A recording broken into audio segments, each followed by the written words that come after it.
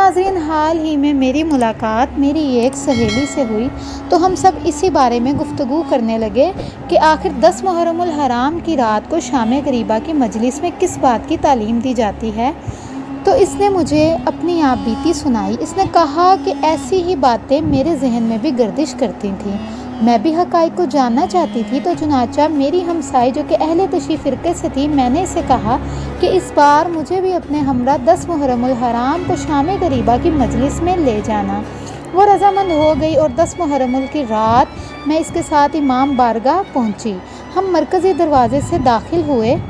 اس رات امام بارگاہ میں مرد، عورت، بچے، بوڑھے سبھی شامل تھے جو کہ سیاہ کپڑوں میں ملبوس تھے۔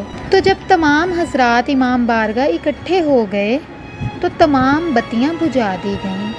میرے ذہن میں یہ منظر دیکھ کر وہی من گھڑت باتیں گردش کرنے لگیں اور خوف سا آنے لگا کہ کیا واقعی یہاں شرمناک کام سر انجام دیا جائے گا، مگر ایسا کچھ نہیں تھا۔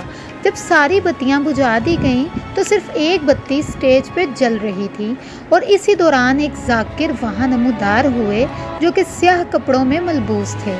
انہوں نے اسٹیج پہ لگے مائک میں پڑھا، انا للہ و انا الیہ راجعون۔ یہ پڑھنا تھا ان کا کہ امام بارگاہ میں ہر طرف سے کوہرام مچ گیا، سب طرف سے رونے کی آوازیں آنے لگیں۔ میں گہری سوچ میں چلی گئی کہ ذاکر نے تو ابھی ایسا کچھ کہا ہی نہیں، تو یہ سب کیوں رو رہے ہیں؟ اب ذاکر کہنے لگا کہ آج صبح ماؤں کے پاس ان کے بیٹے تھے، مگر اب شام غریبہ ہیں، وہ بیٹے نہیں رہے۔ اسی دوران میری ہمسائی میرے گلے لگ کر پھوٹ پھوٹ کر رونے لگی اور کہنے لگی، دیکھا یہ ہے شام غریبہ یعنی غریبوں کی شام۔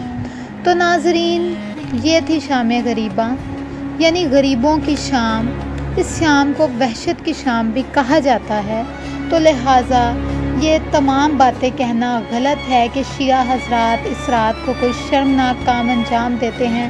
تو ناظرین، سب سے التجا ہے، گزارش ہے کہ اس طرح کی غلط افواہیں اور من گھڑت باتوں کو پھیلانے سے گریز کریں۔ اللہ ہم سب کا حامی و ناصر ہو۔ اللہ حافظ۔